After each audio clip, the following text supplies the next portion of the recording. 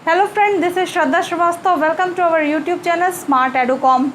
Last class में हमने previous 2 classes में जो हमने पढ़ाया था वो था विशिष्ट बालक या स्पेशल चाइल्ड, जिसमें हमने बताया था कि जो बालक सामान्य बालकों से अलग शारीरिक और मानसिक विशेषताएं लिए हुए होते हैं उन्हें हम विशिष्ट बालक या स्पेशल चाइल्ड कहते हैं।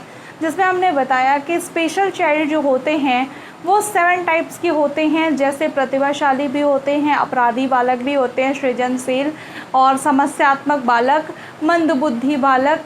उसके अलावा आपके और जो टाइप्स हैं वो सारे बालक इसी में आते हैं। जिसमें अभी तक हमने जो पढ़ाया है वो है सृजनशील, प्रतिभाशाली और मंदबुद्धि बालक। आज की क्लास में हम उसी टॉपिक को आगे कंटिन्यू करेंगे और पढ़ाएंगे पिछड़े बालक के बारे में। पिछड़ा बालक यानी स्लो लर्नर, जो बच्चे अपने जो सहपाठी होते हैं उनसे किसी कारणवश 1 या 2 विषय में क्या होते हैं, पीछे रह जाते हैं, उसे हम पिछड़ा बालक की श्रेणी में रखते हैं। इसके अपने कुछ कारण होते हैं और इसकी अपनी कुछ विशेषताएं होती हैं। तो चलिए उन पे नज़र डालते हैं। और नज़र डालने से पहले हम आपसे एक रिक्वेस्ट करना चाहेंगे कि अगर आप हमारे चैनल पे नए हैं और आपने हमारी प्रीवियस वीडियोज़ नहीं देखी हैं तो डिस्क्रिप्शन बॉक्स में लिंक दिया है, वहाँ जाके देख सकते हैं, या फिर स्मार्ट एडुकॉम के प्लेलिस्ट से भी देख सकते हैं। चलिए शुरू करते हैं। देखिए, स्लो लर्नर, अगर आप इंग्लिश मीनिंग देखेंगे तो इसी से समझ में आ जाएगा कि जो बच्चे धीरे सीखते हैं, सामान्य बच्चों से या अपने सहपाठियों की तुलना में धीरे सीखते हैं, या किसी कारण से 1-2 विषय में पीछे रह जाते हैं, उन्हें हम पिछड़ा बालक कहते हैं।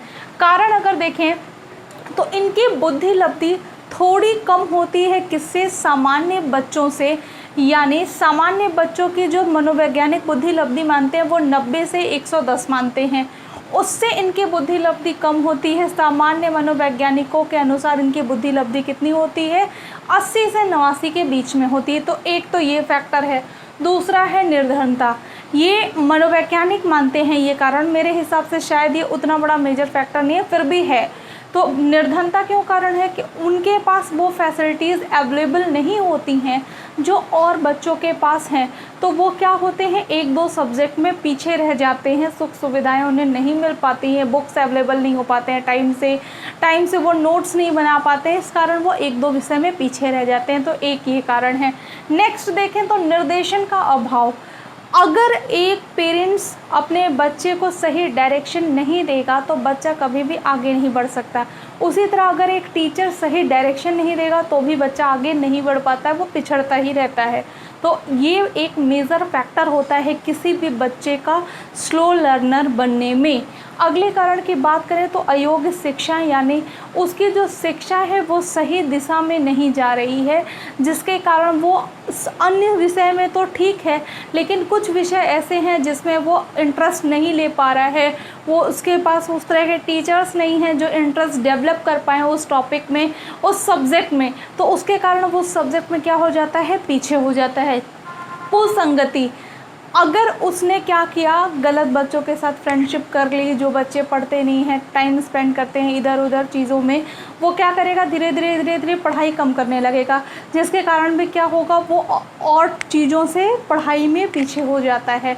तो ये सारे क्या थे, पिछड़े बच्चे होने के कारण थे, स्लो लर्नर के रीज़न्स थे कि क्या क्या रीज़न्स हैं जिसकी वजह से एक बच्चा सामान्य से पिछड़े बच्चे की श्रेणी में आ जाता है। अगली बात करें तो इसकी विशेषताओं की बात करें तो इनकी विशेषता जो है वो है सीखने की गति मंद होती है, यानी धीरे होती है। निराशा का भाव होता है। निराशा का भाव क्यों हो जाता है, कुंठित हो जाते हैं अंदर से कि हम आगे नहीं बढ़ सकते, ये सब्जेक्ट तो बोरिंग होता है, इसमें अच्छा नंबर नहीं आ रहा है। वो पर्टिकुलर सब्जेक्ट के लिए वो क्या होते हैं, एकदम अंदर से उनके मन में निराशा का भाव बन जाता है। मानसिक अस्वस्थ, मेंटली उनके ऊपर प्रेशर पड़ता है, मेंटली वो क्या होते हैं, प्रेशराइज्ड होते हैं। तो उस कारण भी क्या होता है, उनके अंदर एक निराशा का भावना हो जाता है, क्योंकि वो किसी एक सब्जेक्ट में, मान लीजिए वो सब्जेक्ट किसी एग्ज़ाम के पॉइंट ऑफ व्यू से बहुत इंपॉर्टेंट है, तो क्या हुआ, उस सब्जेक्ट में वो पीछे रह गए, तो उसमें क्या हो गया, उनके मन में क्या हो गया, मेंटली एक कहीं ना कहीं घर कर गया ये सारी चीज़ें, तो वो मानसिक अस्वस्थ होते हैं। अनुचित कार्य यानी समाज विरोधी कार्य करने लगते हैं, जैसे पढ़ाई ना करना, इधर उधर घूमना, मतलब किसी टीचर की रिस्पेक्ट ना करना, पेरेंट्स के, इस तरह की हरकतें वो क्या करते हैं, करने लगते हैं। किसी छोटे मोटे जगह चोरी करना, ये सारी चीज़ें उनमें आ जाती हैं। बुद्धि लब्धि इनकी कितनी होती है, 80 से 89 होती है, ऐसा सामान्य मनोवैज्ञानिक मानते हैं। तो ये थे उनके कारण और विशेषताएं। इसका स्क्रीनशॉट ले लीजिए। अब बात करेंगे इसके आगे कि उनकी शिक्षा क्या होनी चाहिए।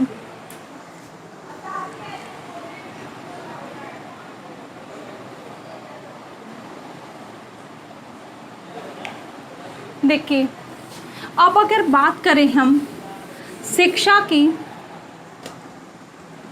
तो कि पिछड़े बालकों की शिक्षा यानी एजुकेशन कैसी होनी चाहिए, तो उनके मानसिक स्थिति के अनुरूप होनी चाहिए। जो उनका मेंटल लेवल है, मानसिक स्थिति के अनुरूप होनी चाहिए।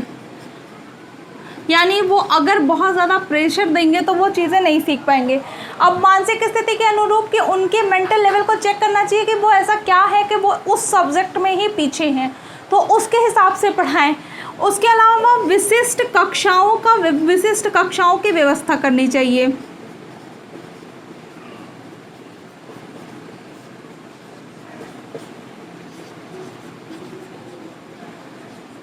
जैसे अगर इंग्लिश में बात करें तो रेमेडियल क्लासेस चलाई जाती हैं कि अगर कोई बच्चा किसी सब्जेक्ट में पीछे है तो पहले उसका रीज़न फाइंड आउट किया जाता है कि क्यों है, फिर इंटरेस्ट डेवलप करने के लिए उस पर काम किया जाता है।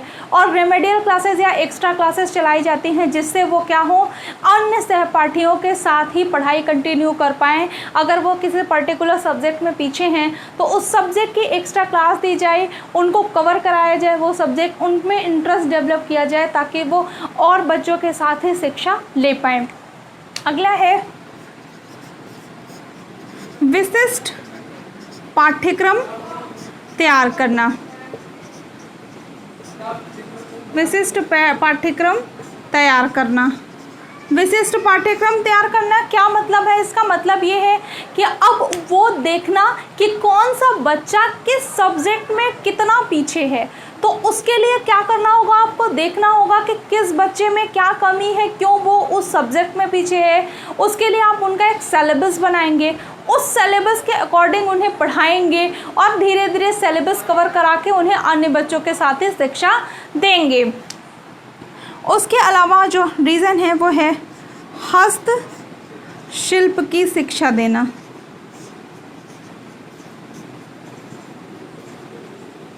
शिक्षा, उसके अलावा बता रहे हैं इसका क्या मतलब है। इसके अलावा है उचित निर्देशन देना।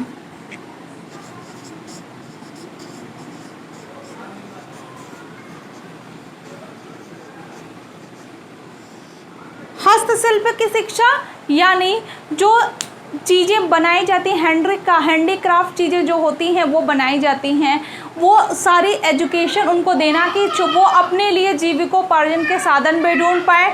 उसके अलावा उचित निर्देशन यानी सही डायरेक्शन होना चाहिए। उनको बताना चाहिए कि बेटा आप इस चीज़ में इस कारण से पीछे हैं, अगर आप इस सब्जेक्ट को कवर कर लेंगे तो वो क्या होंगे, आप भी अन्य बच्चों के साथ ही शिक्षा ग्रहण कर पाएंगे। तो ये सारे क्या है, उनकी शिक्षा को देने का तरीका है।